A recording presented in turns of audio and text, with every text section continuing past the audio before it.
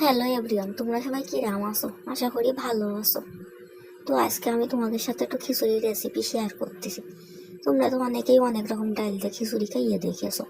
তো আমি আজ একটু মুসুরির ডালের খিচুড়ি রান্না করি। তো আমি যতটা ডাল নিয়েছি ততটাই চাল নিয়েছি, নিয়ে ধুয়ে নিয়েছি, নিয়ে একটা হাঁড়িতে জল গরম বসাই দিয়ে জলটা গরম হলে তার মধ্যে ডালগুলো দিলাম, ডাল দিয়ে আর চাল দিয়ে সেগুলো সিদ্ধ হলে নামাইয়ে কটা জিরে ভেজে রেখে দিলাম। তারপরে কড়াইতে দিলাম তেল, দিয়ে দিলাম গোটা জিরে, একটা তেজপাতা, কটা শুকনো ঝাল, আবার কটা দিলাম কাঁচা ঝাল।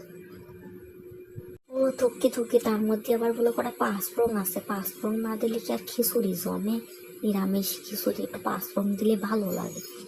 তারপর দিয়ে দিলাম আলু আর কুমড়ো।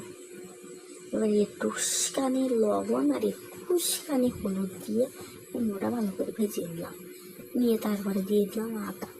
এবার আদাটা ভালো করে কষাইয়ে সিদ্ধ করা চাল আর ডালের খিচুড়িগুলো দিয়ে নেড়িয়ে সেড়িয়ে এবারে দিয়ে দিলাম জল।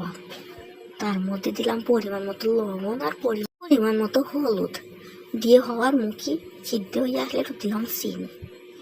চিনি দেওয়ার পরে তারপরে সেই জিরে গুঁড়ো করে রাখিলাম না, দিয়ে তারপরে একটু গরম মশলা দিয়ে নামাই নিলাম। কি সুন্দর খিচুড়ি হয়ে গেল দেখো দিন দিন।